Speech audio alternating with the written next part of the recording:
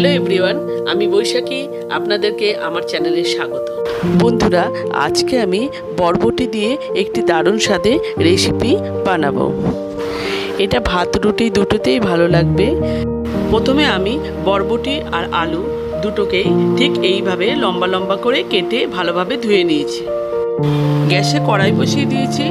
এখানে কড়াইয়ের মধ্যে 2 থেকে 3 চামচ সর্ষে তেল দিয়ে দিয়েছি। তেলটা গরম হয়ে গেছে। এবার আগে থেকে কেটে রাখা বরবটিটা তেলের মধ্যে দিয়ে দিলাম।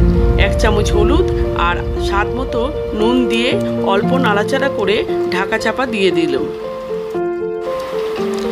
এরপর বরবটিটা আমার ভাজা হয়ে গেছে। বরবটিটা একটা প্লেটে তুলে রেখে দিলাম। এরপর ওই তেলেই আগে থেকে কেটে রাখা আলুটাও দিয়ে দিলাম। 1 চামচ হলুদ আর স্বাদ মতো নুন দিয়ে কিছুক্ষণ নাড়াচাড়া করে ঢাকা চাপা দিয়ে দিলাম। বন্ধুরা, এখানে আমি আলু বরবটি দুটোকেই আলাদা আলাদা করে ভেজে নিয়েছি। তাতে কি বরবটিটা একটু কাঞ্চি ভাব থাকে। ভিডিওটা ভালো লাগলে একটা লাইক করে দেবেন আর চ্যানেলটাকে সাবস্ক্রাইব করার জন্য অনুরোধ রইল। এবার ওই তেলের মধ্যেই 1 চামচ কালো জিরে আর 1 চামচ জোয়ান দিয়ে দিলাম। এরপর দিয়ে দিলাম কিছুটা পরিমাণ গ্রেট করা রসুন আর কিছুটা পরিমাণ লঙ্কা কুচি আর দিয়ে দিলাম পেঁয়াজ কোচানো। এখানে আমি একটা মাঝারি সাইজের পেঁয়াজ নিয়েছিলাম। এরপর সামান্য পরিমাণ নুন দেব, যেহেতু আলু আর বরবটি ভাজার সময় আমি নুন দিয়ে ভেজেছিলাম। এরপর অল্প নাড়াচাড়া করে ঢাকা চাপা দিয়ে দিলাম। পেঁয়াজটা একটু ভাজা ভাজা হয়ে গেলে কিছুটা পরিমাণ টমেটো কুচানো দিয়ে দিলাম।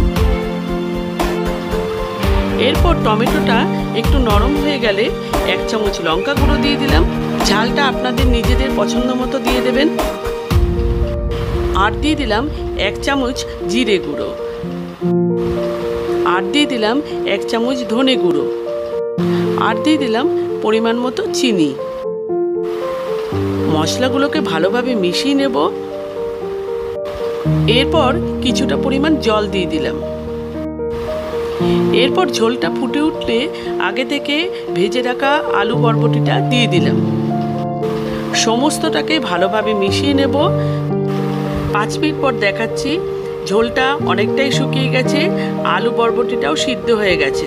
ঠিক এইরকম মাখা মাখা ব্যাপারটা হবে। নামানোর আগে কিছুটা পরিমাণ কোচানো ধনেপাতা দিয়ে দিলাম। বন্ধুরা, অনেক সময় আমরা মাছ মাংস খেতে ইচ্ছা করে না, বা অনেকে যারা আছেন যে মাছ মাংস খান না, তাদের জন্য এই রেসিপিটা খুবই ভালো। তাই আমার মতো করে বরবটির এই রেসিপিটা বাড়িতে বানাতে পারেন। আশা করি ভালো লাগবে। আপনারা যারা আমার ভিডিওটা যে যেখান থেকে দেখছেন তাদের পাশে থাকার অনুরোধ রইল। Till then, take care, bye by.